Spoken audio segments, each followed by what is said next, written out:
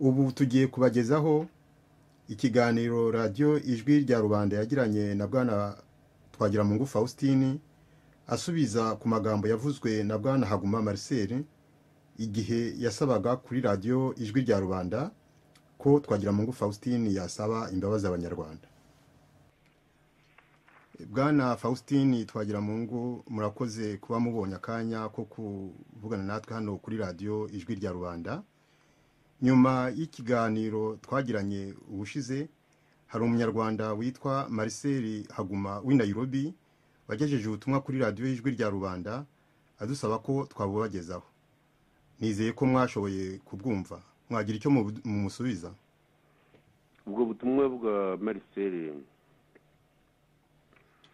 uko buvuga, sinumva ko bwari ubutumwa yatanze ikiganiro avuga ko ibyo Twagiramungu Faustin avuga byo guhamagaza imyigaragambyo abyemera, uretse ko abeshya. Nabyemera kuko ntanyemera mu magambo make, ibikozwe n'undi wenda yabikora. Numva nanshima ko mfite ibitekerezo byiza yagira akavuga ariko ko nta byiza byamvamo. Icyo kiganiro naracyumvise. Uwo Marcel Haguma mu by'ukuri nkurikije amagambo yavuze numvaga ari amagambo atyaye, avuga uwo ndiwe nuko nteye n'ibyago nateje abanyarwanda. Nibajije cyane nti uyu muntu iyo nza guhura nawe mu Rwanda mu mwaka w'1994 mu kwezi kwa kane, indege imaze kuraswa, ntabwo uwo muntu yari kunshaka ari ubutega rwose. Si umuntu wari kumfata ngo nshyikirize ubutegetsi, nta nubwo yari umuntu wenda bari kumpishira ati ni ikiremwa muntu azabazwa ibyaha yakoze azabazwe n'amategeko. Yagombaga kumpitana. Je nuko mbibona kandi abari ko bizahita kuri radio. We navuga ko hari ukundi yashoboraga kungenza azabisobanura. Reka rero mvuge mu by'ukuri ibyo yavuze. Yampekejeje umusaraba udasanzwe avuga ko ibyago byabaye mu Rwanda ari jenyine wabizanye jenyine. Uretse aho nigeze kumva avuga ko n'amashyaka ngo PSD na PR bafatanyije na MDR. Ntabwo yigeze avuga abandi bantu bari bayarimo barateje ibibazo mu Rwanda uretse Twagiramungu Faustin. Bene iyi mvugo rero ntabwo ari imvugo nziza. Kuvuga ko ngo nafatanije n'umwanzi, jewe nafatanije n'umwanzi, we niko abivuga ko nafatanije n'umwanzi, ninge nyirabayazana nafatanije n'umwanzi, ninge wirije inkotanyi mu Rwanda, ninge batinye zirimbura abantu, ninge bateje intambara mu by'ukuri. Iyi mvugo ni imvugo ngomba kuzarwanya cyane, kuko abato bayumva bakeka ko ari byo, bakumva ko nagiye muri politike yijyanwemo no kurimbura abantu. Mwaka w'1990 kuva ku itariki ya 30, ku itariki ya mbere nakoze ukwezi kwa 1990, navuga ko ariho ninjiye officiellement muri politike, nsinyana n'abandi bantu 33 twandikira Habyarimana ko dushaka demokarasi. Njya kwinjira rero mu bya politiki, nta munyarwanda nagombye gusaba uruhusa, nta banyarwanda nasabye uruhusa, nabigiyemo kubera ko numvaga ngomba, reka nkoresha iryo jambo, wa adashaka kurwanya ubutegetsi bw'igitugu ushingiye ku ishyaka rimwe bwari buriho dushaka demokarasi. Nuko ninjiye muri politiki. Ibyaje gutera nyuma rero nuko ku itariki ya mbere z'ukwezi kwa 10 muri 1990 k'uwo mwaka inkotanyi zarateye. Habyarimana yavuze ko dutewe dutunguwe. Sinarinzi izo nkotanyi zarizo, sinarinzi abazirimo. Ahubwo ikibabaje cyane nuko ubona nk'uwo Marcel Haguma avuga amagambo nk'ayo, ntavuge abantu bakomeye bafatanije n'inkotanyi nk'ababarahinyura, avuge ba Kanyarengwe, avuge ba Bizimungu kandi arabazi neza, avuge uko bazanye n'ukuntu bagambaniye igihugu bagakora umupango wo gutera u Rwanda. Jewe Twagiramungu ibyo bintu nabizi. Akumva ko ari je wateje igihugu amahano. Iyo mvugo rero sinyemera. Arakomeza ati gufatanya n'abanzi gusa, yirengagize n'amateka ya kera, ndetse asa n'uwahemukiye abaparimehutu bazanye repubulika. abaparimutu nahemukiye bazanye repubulika ubu barimo na perezida Kayibanda, ubu yakongera agafata ijambo akavuga ko ari je wahemukiye perezida Habyarimana nako wahemukiye perezida Kayibanda nkamukorera kudeta nkamufunga nkica n'abantu yakoranye nabo nawe cyangwa yakoranye nabo. Iyi politike rero y'ikinyoma ni ukujya tuyirinda, tugomba kujya tuvuga amagambo ya politike tugasobanura tushyize mu marangamutima. Abo bishe abo bantu b'abanyapolitiki bakica n'uwo mu perezida Kayibanda haryo basabye izihe mbabazi kumva ari je ngomba gusaba imbabazi kubera ko nahemukiye abanyarwanda. Ibibazo nk'ingi no kugira abantu babyitondera. Abahutu kugira ngo mena basaba imbabazi kuko nibashaka kuvuga ubwo mfite andi magambo nabivugamo ngese ko bataransaba imbabazi ari bo banyiciye. Ubuze hari umuryango ngira abo avuga ngomba gusaba imbabazi ko batari bansaba imbabazi, narapfushije abantu bose kubera ko nagiye muri politike gusa irwanya ubutegetsi bwari buriho. Ntabwo nigeze mfatanya n'inkotanyi. Hagize inkotanyi yazayifata inzira ikajya ku kibuga ahagaragara hirenge cyangwa zikajya hirenge kavuga iti twagira Mungu Faustin twagiranye amabanga nawe yuko twakwica abantu cyangwa se tugafata igihugu, nzemera icyo gihe mfukame nsaba abanyarwanda imbabazi. Ntawe azabona ibyo nakoze byose nabikoze ngira ngo bizatubyarira demokarasi, ntabwo nanzi ko bizabyara amahano. Ubwo rero birazana bimwe ngo Buruseli nagiyeyo nkaje gusinyana n'inkotanyi. Abaje gusinyana n'inkotanyi baje muri delegation yindi bansanga aho ngaho, sinshaka no kwirirwa mvuga amazina yabo ngo tuzabavumba wenda.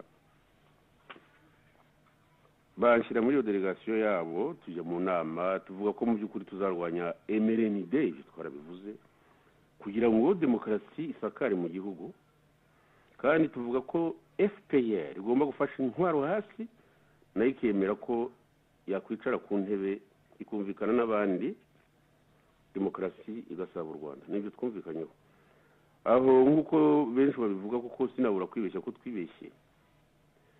Twaribeshye kuko inkotanyi zaratubeshye turi Buruseli, zaratubeshye kuko muri uko gusinyana nako ngo barashaka demokarasi. Nyuma y'amasaha 24 kuko baragiye bafata byumba. Ndagira ngo mbwira uwo mugabo ko ikinyoma cye gikabije cyo kuvuga ngo twagira Mungu ngo yaravuze ngo niyo byumba yafatwa ngo ndetse n'amaprefecture abiri. Ariko ibyo bintu mubivana he? Ko ibyo bintu ntigeze mbivuga kuri radio, ko ayo maprefecture abiri ntigeze nyavuga. Ese amaprefecture wandi tuvye ko nanabivuze, andi yari asigaye 8 na yatanze gute? Kandi yatanzwe nandeyo kumva natanze ngo amaprefecture ngo abiri, abenshi bakunze kuvuga ngo ni byumba na Ruhengeri. Ayo magambo sinigeze nyavuga. Nagiranye n'ikiganiro n'abantu bari bahagarariye ishyaka CDR, baterura icyo kibazo cy'ikinyoma ndagisubiza. Ushaka kumva amagambo navuze azajye kuri za YouTube yumve ibyo nabashubije. Ariko ntimukareme amagambo mudafitiye gihamya. Wagusaba cassette ivuga ayo magambo ko navugiye kuri radio nkora declaration ntawe wabona. Ikindi rero iyo abantu bajya kuvuga ngo nazanye ngo abantu bo gukora amahano, ibyo nashakiraga abanyarwanda ntabwo ari amahano, nabashakiraga demokarasi. Ntitwayibonye rero koko, mu by'ukuri ntitwayibonye twese hamwe. Navuga ko twese twibeshye, yaba ari perezida wa Habyarimana wemeye gusinyana n'inkotanyi, yaba ari twebwe twavuze ko amasezerano agomba gushyirwaho umukono. Twaribeshye kuko inkotanyi umugambi wabo mubisha zari zifite zo kugira ngo zifate igihugu zikoresheje imbunda no kwica abantu, ntabwo ibyo twari tubizi. Abari bashinzwe sirote nta nubwo bigeze batubwira bati hari umugambi tuzi ko inkotanyi mu by'ukuri zizica abantu zigafata igihugu. Sinatwe zagomba kubibwira abazungu bari barazanye iminware bakabahagarika. Sinziro niba barabivuze kuko nyine ntabwo nari muri sirote. Ndagira ngo abahutu bari hanze sivuga ngo n'abanyarwanda gusa, ndavuga abahutu cyane, reka nongere mbisubiremo. Abahutu bagomba kujya bashyira mu gaciro, bakamenya ko kugira ngo tuzasubire mu Rwanda cyane cyane bari mu buhungiro atari ukwirirwa duterana amagambo dushaka bakoze ibyaha. Turashaka politike yubaka, kandi tukamenya ko umunyarwanda uwo ari wese yaba umuhutu yaba umututsi agomba kuba mu Rwanda rwe akishyira akizana. Ni nabyo twashakaga icyo gihe. Niba rero hari abumva ko igihugu bakigaruye bakakigira iby'agatsiko gusa k'abatutsi, abo bantu tuzabarwanya. Nahoze numva avuga ngo arashima ngo uwitwa Rudasingwa we ngo kuba ngo yaremeye. Niba yaremeye kuko bisha abantu mukaba mwaramuhaye imbabazi mwagize neza. Yewe ibyo abantu bavuga nagombye gusaba imbabazi bataransaba izo abanjye biciye, ibyo ntabyo nzakora. Ntabwo nzasaba abanyiciye imbabazi, ntabyo nzakora. Bemeye bati twarakwiciye, nanjye navuga nti kuko umwanyiciye mbahaye imbabazi. Yewe ntabwo nzasaba imbabazi z'ibyaha ntakoze. Narangiza gusa mvuga ko abantu bagomba kujya badafata politike nk'aho babonye ko aricyo kintu cyoroshye umuntu yabeshyamo. Umugabo yaciye imigani ko nakoze politiki yo mu kirere. Ntabwo nigeze nkora politiki yo mu kirere. Nigeze kuvuga ko politiki ziri mu bice bibiri. Hari abakora politiki yo hasi nyine nk'iyo ngiyo batumva, hari n'abakora politiki yo hejuru kuko igomba gusesengura guhagije kugira ngo bumve aho kuri guherereye. Nkaba rero mu by'ukuri nta kwirengagiza ko n'inkotanyi aho ziri hose ku isi zibyumve. Inkotanyi zabeshya abanyarwanda. Inkotanyi zitangira intambara zavugaga ko abantu bazivukije uburenganzira bwazo bwo kugaruka mu gihugu ngo bakibemo. Twebwe twemeye ko abatutsi aho bari hose, ari abari mu gihugu, ari n'abari hanze, ari abanyarwanda kandi kuko ari abavandimwe bacu. Mugani w'uwo Twagiramungu muvuga, numva nta kundi byagenda, twese tugomba kuzabana muri kiriya gihugu. Ntabwo kiriya gihugu kizaba icy'abahutu gusa, ntabwo bizashoboka, nk'uko kitazashobora kuba icy'abatutsi gusa. Abanyarwanda rero batwumva bimubira radiyo Ijwi rya Rubanda,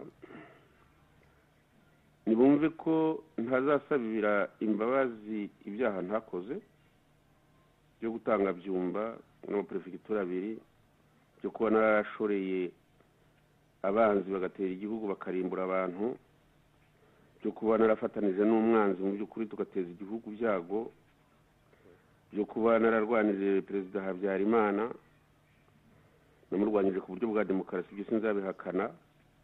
Sinigeze mwifuriza gupfa, kandi abamwishe bagomba gufatwa bagahanwa.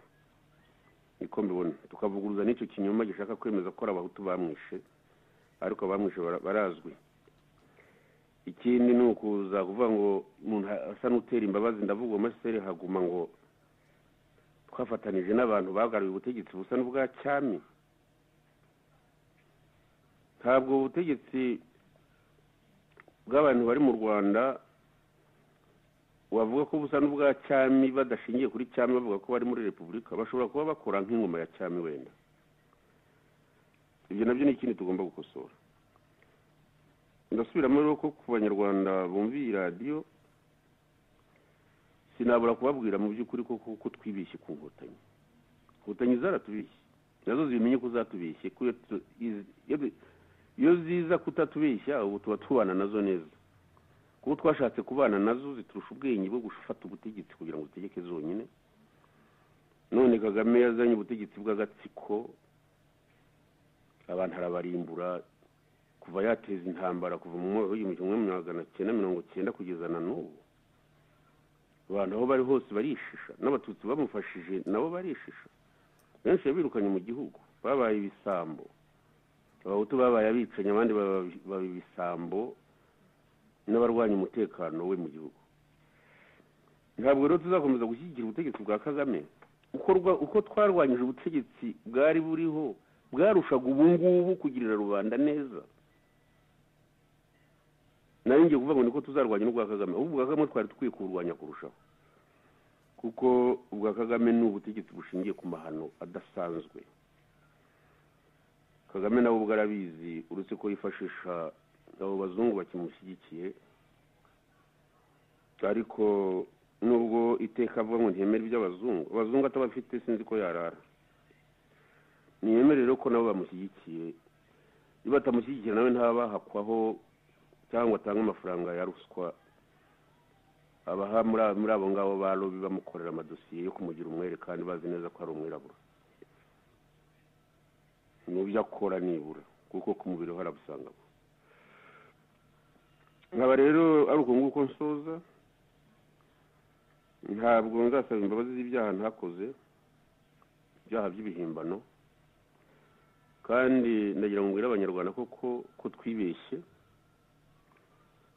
Kwibeshya rero umuntu sinzi niba bisabira imbabazi nabyo, ariko nemerera ko niba kwibeshya ari icyaha nabyo ko umuntu yabisaba imbabazi. Niba kwibeshya ari icyaha, reka mvuge ko mbisaba imbabazi. Niba kwibeshya byemejwe nko mu rukiko ko ari icyaha, twaribeshye, ariko ubu ngubu ntabwo twakongera kubeshwa kabiri. Ubwo tutakongera kubeshwa kabiri rero ni nayo mpamvu impagurutse kuvuga ko ngomba kurwanya ubutegetsi bw'agatsiko buri mu Rwanda, kandi igihe kirageze nyamara ngo abanyarwanda bave muri urwo rucu rwo guterana amagambo, rwo kubishyira bamwe bakarengera abandi ku mayeri, bagasanga abanyabyaha ari batwagira mungu, abakoze ibyo byaha byo gufatanya n'inkotanyi bigaramiye nta n'ubavuga. Bityo rero nkaba ngushimiye kuba mpaye akanya ko kugira ngo nsubize uwo mugabo witwa Marcel Haguma. Nkaba nibwira ko niba ashaka kuzakomeza ibiganiro njye sinshaka kuzabikomeza kuri radio, wazamuha email yanjye ukamuha na telefone yanjye akazakomeza tukajya twumvikana, kuko ntabwo nshaka gukomeza gutana amagambo. Gusa numvise afite agahinda ku buryo nongere mbisubiremo. Ntabwo nanjye nzi ko ari kunshira kari urutega yaza kumbona, kubera ko ibyo mvuga hashize imyaka 18 n'ibintu navuze nanjye no kukibagirwa. Ibintu natangarije kuri Radio Rwanda ku itariki ya 8 z'ukwezi kwa 12 umwaka w'1994 niyama inkotanyi azagende abaza ibyo navuze, hanyuma azampamagara murire ko we yari gushobora kubivugira mu Rwanda, cyangwa undi munyarwanda wari gushobora kubivugira mu Rwanda azambwira uwo ari we. Reka rero turekere aho, ndabashimiye cyane kuba mwongeye kumva ijambo kugira ngo nsubize umugabo Marcel Haguma. Murakoze cyane, umuhaye ibisobanuro bihagije. Ubwo nk'uko mwabivuze nizeye ko arabyumva, noneho yaba agifite ibindi bisobanuro akaziga ukundi mwabivugaho. Murakoze cyane. Murakoze cyane namwe kwa mwampaye ijambo. Uwo yari Bwana Twagiramungu Faustin asubiza ku byo Bwana Marcel Haguma yatangarije kuri radio y'Ijwi rya Rubanda, igihe yavuga ko Twagiramungu Faustin yasaba abanyarwanda imbabazi ngo kubera ko yafatanyije n'umwanzi mu kuzana akaga mu gihugu.